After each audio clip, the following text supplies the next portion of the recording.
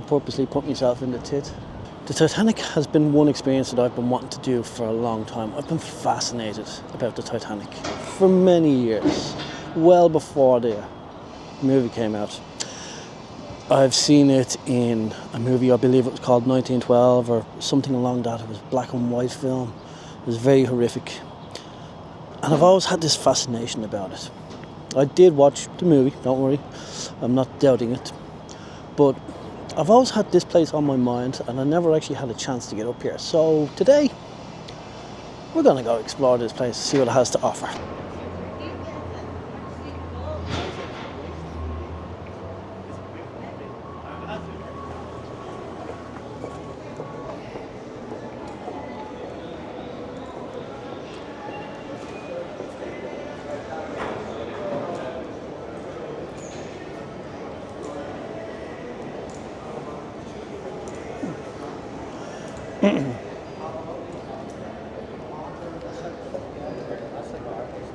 How are you? Good. Buddy, they'll scan this when you go upstairs, okay? Okay. Have a lovely time. You. Thank you.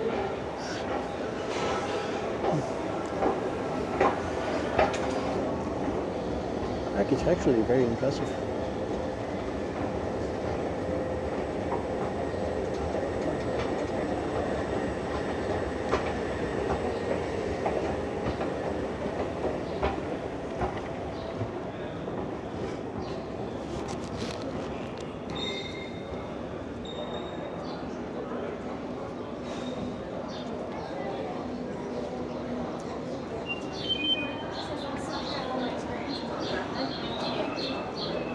How's it going?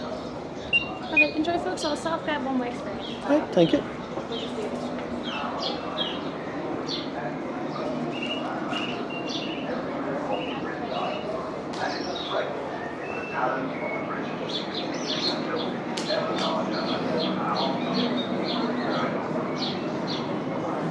All the people here from some of them. I'm proud to work here. Always have been. Harland Wolff built the finest ships in the world. And now the largest. Look at them. Glowing before your eyes. Right there on the river.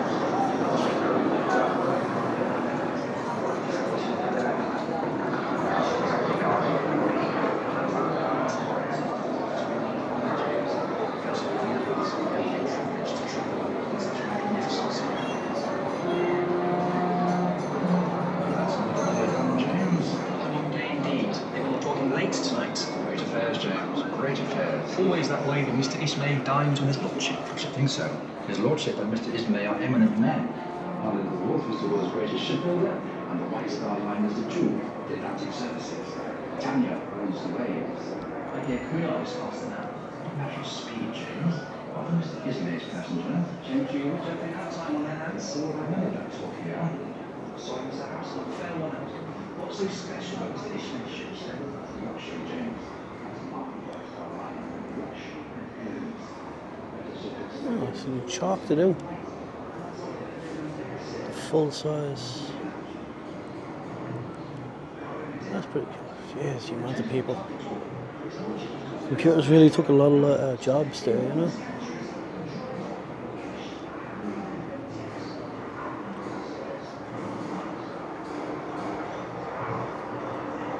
That's pretty cool.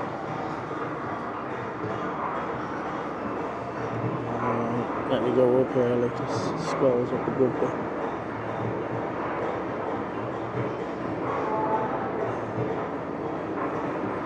That's impressive.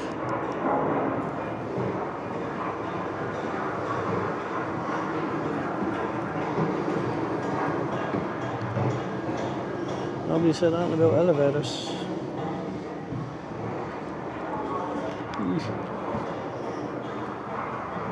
It's only social force, so shouldn't be too bad.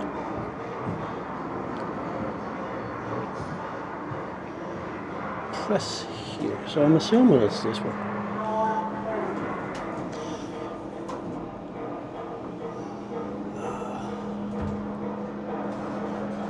Hopefully I'm not in a prop. I hate see-through.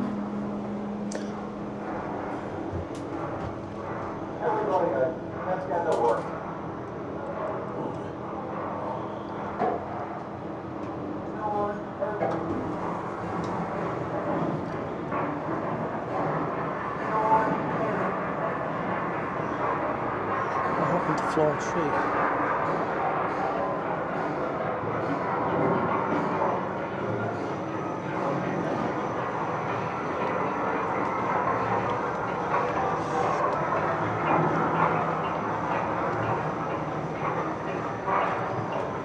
So I think we're on the top floor.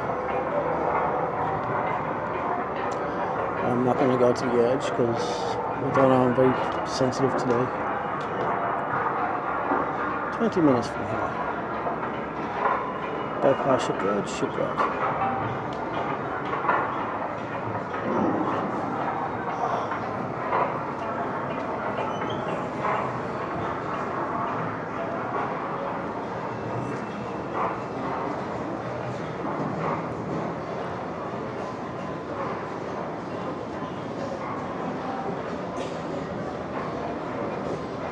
I wonder if we can go this way first. I think one of my friends was telling me that there's like a roller coaster here, so maybe that's what the thing on the left is. So we'll just go over here because I don't have to come back up again.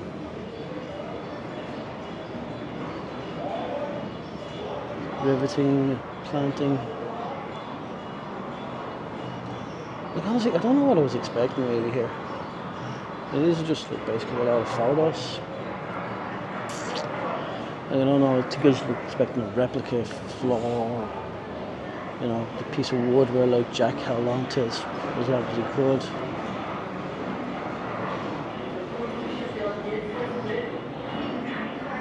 Ooh, pretty view. Now, I did get the early bird experience, which is like £5 cheaper. There you go.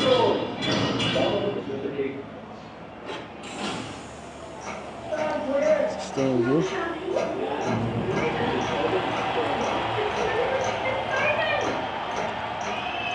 This is the overview where it was built. It's really right into the building.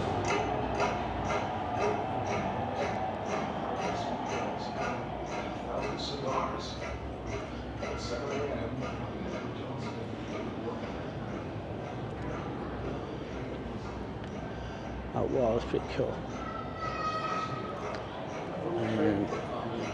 So yeah, as I was saying before I get interrupted with the beautiful view, I got the early bird experience. So it's £5 cheaper. It doesn't seem to be too crowded. Like it is at the start, there's a lot of people outside, but I think they're just a group tour that's just taking photos outside, but they're not coming in. The Titanic sounded her whistle and cast off her lines. This was more what I was expecting, like what it would look like. Titanic's launch in May 1911 was watched by an estimated 100,000 people. Almost a year of fitting out followed, transforming the massive hull into a sumptuously appointed liner described by the White Star Line as the Queen of the Ocean. By March 1912, Titanic was ready for the maiden ghostly voyage. projections. For Belfast, the triumphant culmination of many years planning and labor. Before she could be handed over, Titanic had to undergo 6 trials. On the 2nd of April 1912, she carried out a series of maneuvers in open water under the watchful eye of Board Training Inspector SS Nomadic. Then, It seems like there's more on this floor than there was on the second floor. she preceded by a considerable rate of expectation. That's how it happened. The White Star Line had already constructed a The massive maiden voyage. Oh, never knew it went to Cherbourg. England's premier passenger port was flourishing. It's interesting. No, I knew it was from England. I thought it went from England, or from Belfast to Liverpool. And Liverpool to Queenstown and then I didn't know it went to Southampton. Very interesting.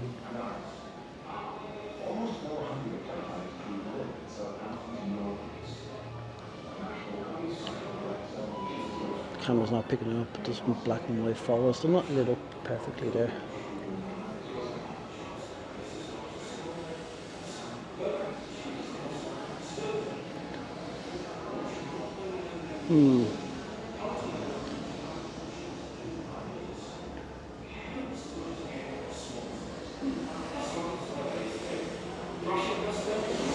What's class?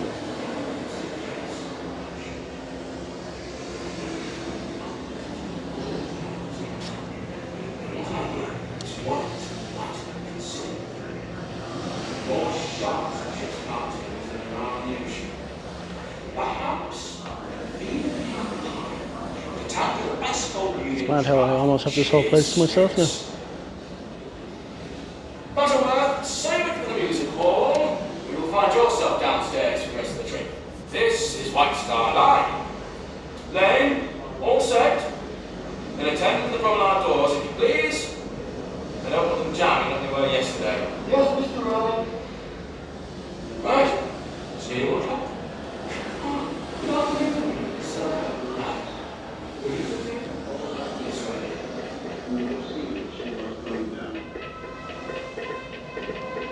How's this fall like massive? Slowly, you reared up on end till at last you absolutely perpendicular. Then, quite quietly, but quicker and quicker, she seemed just to slide away under the surface and disappear. As she vanished, everyone around me on the upturned boat, as though they could hardly believe it, just said, "She's gone."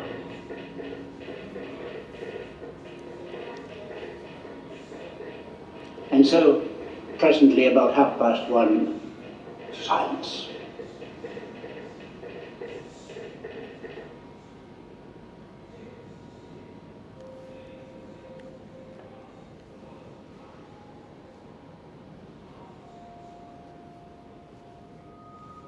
I was officer in charge of Cape Racer when the Titanic tragedy occurred. And I personally knew Phillips, the chief operator on that ship. He was a personal friend of mine. So on the morning of the tragedy, we picked a signal trap. She was about 750 miles east of Cape Racer at that time. And then Captain Godwin, my third operator, rushed in. So my God gracious, Titanic Slipways. Now, the SOS had just recently come into practice. But prior to that, the CQD 1,690 men on board, 20% saved. I think that's where he exercised very excellent judgment. So he would call CQD and then follow immediately with SOS. And then he kept that up every few minutes. I was admiring him for the judgment he was using, rather than fearful of his death.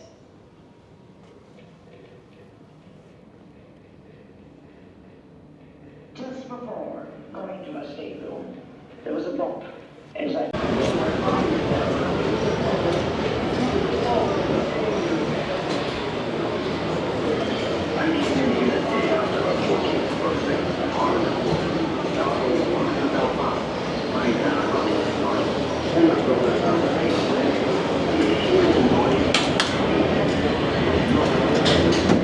Thank you.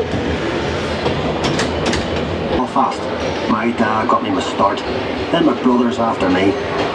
You could hear the noise from where we lived, but nothing prepared you for the size of the place.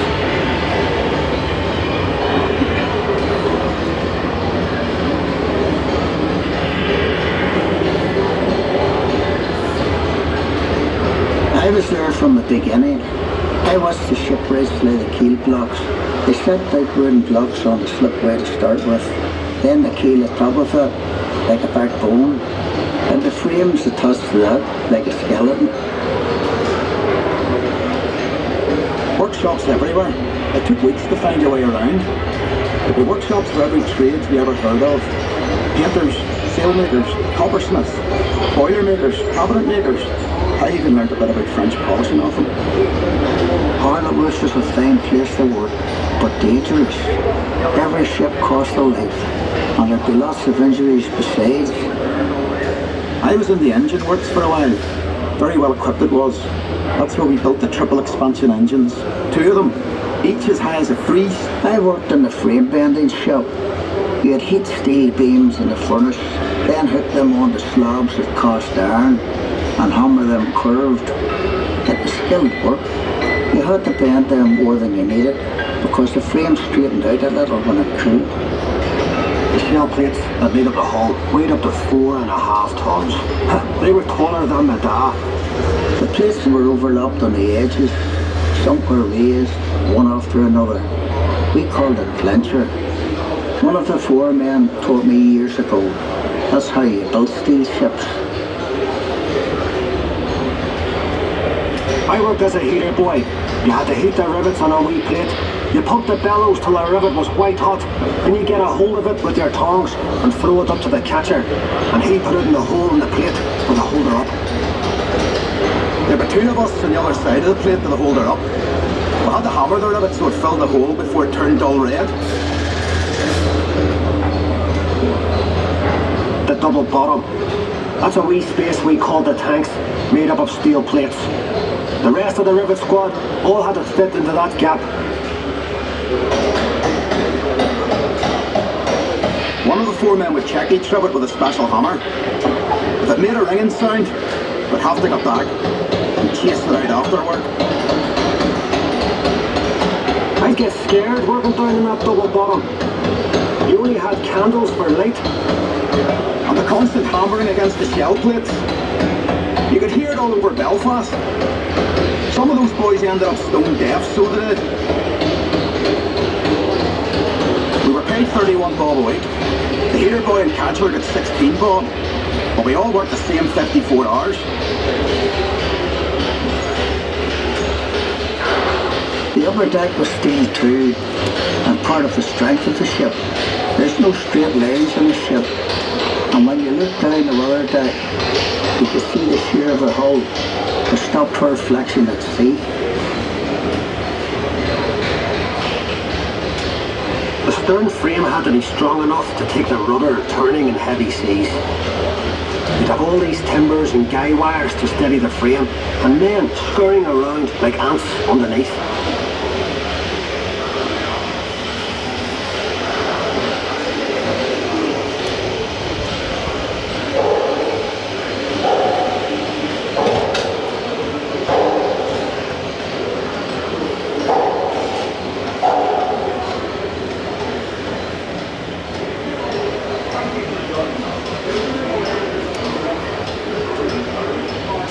$100,000 people watched the launch. Some paid a bob to sit in the reserved seating. There were extra trams laid on. Then we all went off to the pub to wish her well. Lough, you were proud to be an island man that day, and Titanic was the pride of Belfast.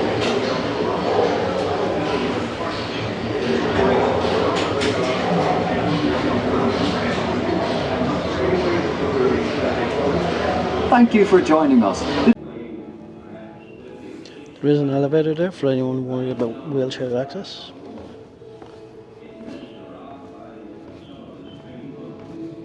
Still, been here a while and it's not that big of a crowd. A handful of people here and there. I went back and done the roller coaster ride, as you've seen. It's very interesting the way it goes up and down and turns left and right. Like if you're a real Titanic nerd, you'd be sitting here like reading on it. You could spend probably 1 to 2 hours here, maybe longer, depending on how fast you read.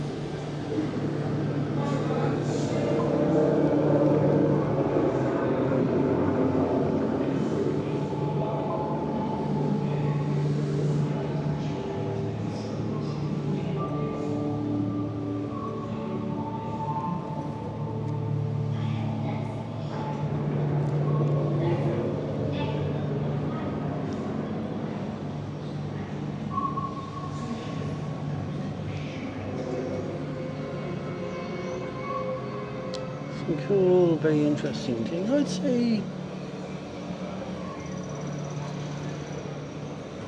top secret mission. Impressive.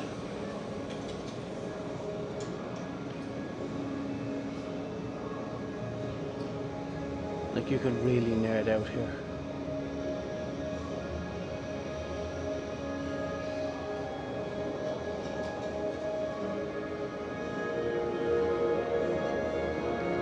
So close.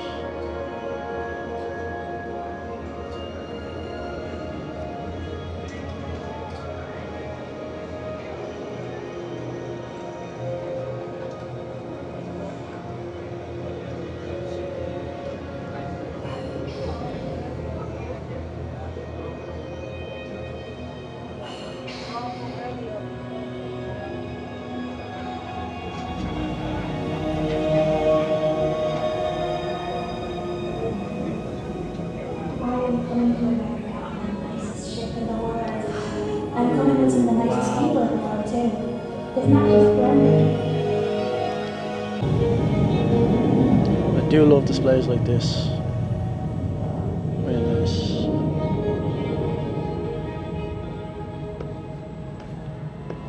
So this will be a problem for wheelchair access.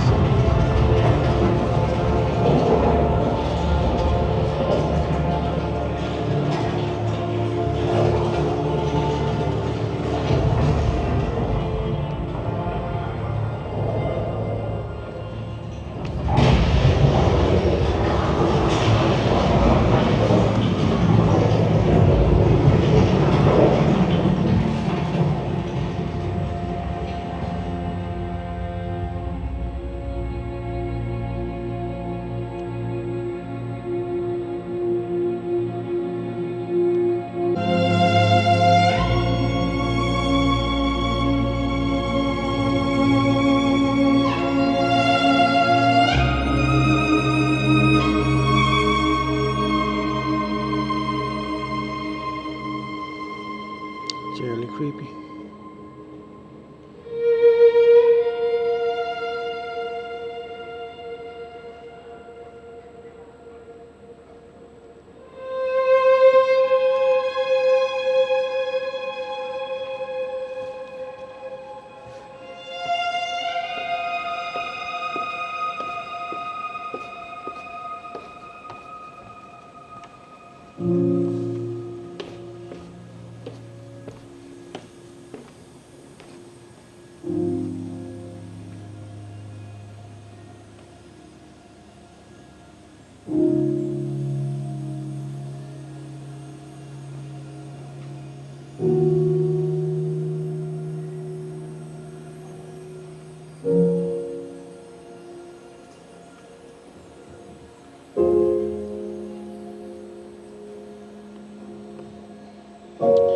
Does feel like you're just looking into it.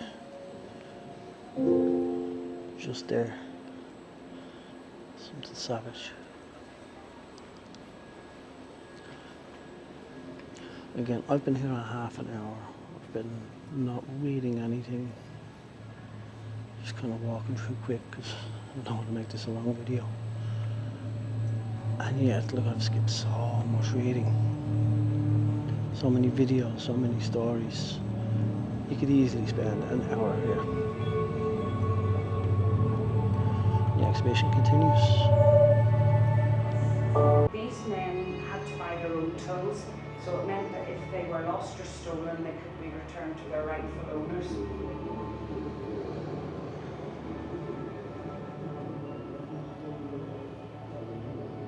They lived in these very houses. They walked in this. Happened for me was when they got the visitor attraction. So there's a bit of fiction versus everything else when you can come here and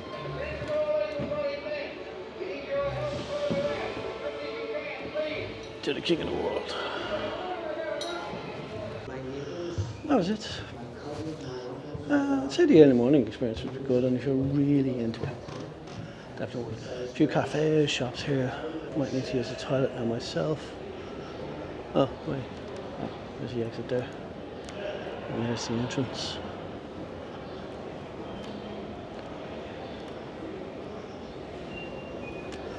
Really stunning building. Very interesting.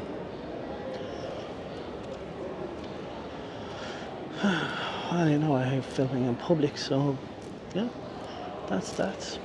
I'm glad I've done it. Recommend it if you're in the area. I wouldn't come specifically for this, but if you're in the area, yeah, I'd recommend it. Anyway, on to the next one. There was one thing I was forgetting. So apparently you get a pass onto this ship as well. Now the opening times is 10 AM, so I have to wait a little while. But yeah, let's see how this goes.